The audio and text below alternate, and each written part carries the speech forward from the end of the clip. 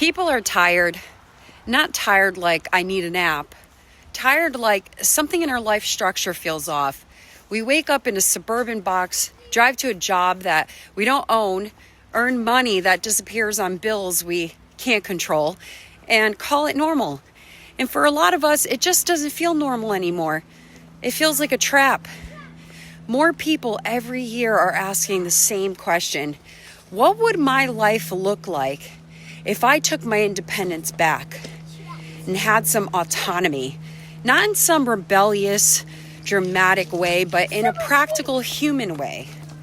Owning the land you live on, growing food that actually tastes like food, producing your own energy, building a home that works for your family instead of your mortgage lender. Basically, shifting from surviving to actually living. This lifestyle isn't for everybody. Some people genuinely love suburban convenience, and that's fine. But if you're someone who feels the intrusion, the burnout, the pressure of the rat race, there is a way out. And it starts with understanding that self-sufficiency isn't an overnight move. It's a transition. Like a family of 4 can absolutely break away from the drive to work, spend, repeat cycle, but it takes planning. First step is land. Not a perfect Pinterest farm fantasy, just a few acres with decent soil. Preferably, that should be a important thing. Access to water and the zoning that lets you actually use it. Rural land in the United States costs about $20,000 to $80,000 depending on the state, which is still cheaper than buying the same square footage of suburbia. Second step is simplifying housing. A modest build, a cabin, a modular home, or even a renovation of an existing structure. Most people spend more than they need trying to recreate their suburban lifestyle in the countryside. Don't. Simplicity is the whole point. Third, food. A homestead for a family of 4 doesn't need a gigantic farm. A 1/4-acre garden, a greenhouse, chickens for eggs, maybe goats for milk. And with real planning, you can cover 50 to 70% of your food needs. That alone cuts grocery bills and government-influenced price inflation. Fourth, energy.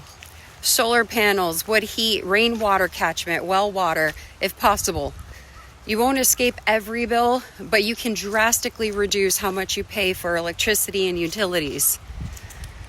Fifth, income. Most homesteaders don't quit working.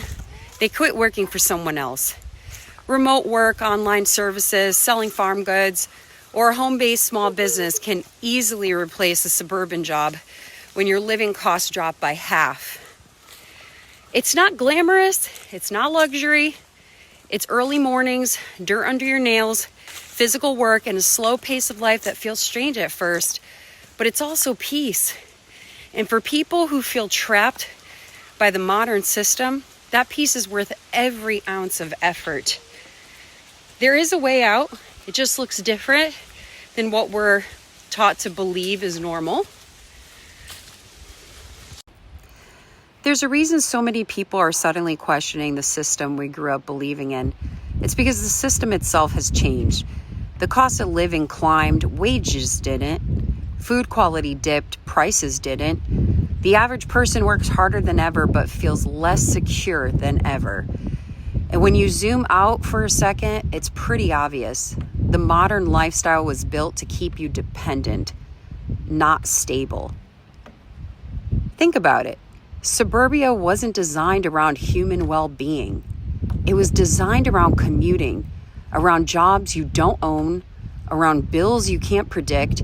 You're told to work harder, earn more, and buy more convenience, but every convenience pulls you further away from real stability. Your groceries come from a supply chain you can't see. Your power comes from a grid that fails every time there's a stiff breeze. Your mortgage depends on interest rates you don't control. Everything in the system is a middleman between you and survival. And that's where independence starts to make sense. Not because you want to be rebellious, but because the systems you rely on are so fragile. that it's almost irresponsible not to have a backup. When you grow your own food, even just part of it, you're not at the mercy of price spikes or shortages. When you produce your own energy, even partially, you're not praying the next storm doesn't knock your power out. You can have backups. When you own land, even a little, you're not renting your existence from the bank. And when your income comes from your own skills instead of one from an employer, you're not one layoff away from panicking. Modern life looks comfortable, but it's a thin comfort. One glitch and the whole thing wobbles. That's why people are going back to basics. Not because they want to live off the grid in some dramatic way, but because the simple lifestyle is actually the stable lifestyle. So with the example of a family of 4 with a few acres, a small home, a large garden, and a basic solar setup, it has more real security than most suburban families with 2 full-time incomes. Their food is steady, their expenses are lower, their survival doesn't depend on whether the economy decides to behave this week.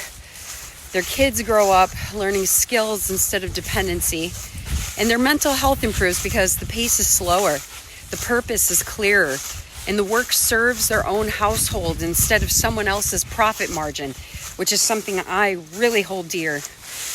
It's not glamorous, it's not Instagram pretty, it's work. It's sweat, it's early mornings and full days, but it's honest work for your own life, not the rat race treadmill we've been told is normal, being super consumers. What it is being independent. It doesn't mean running from society. It means building a life that doesn't collapse every time the system hiccups. It means choosing stability over illusion. And for a lot of families, that trade-off, it's worth everything.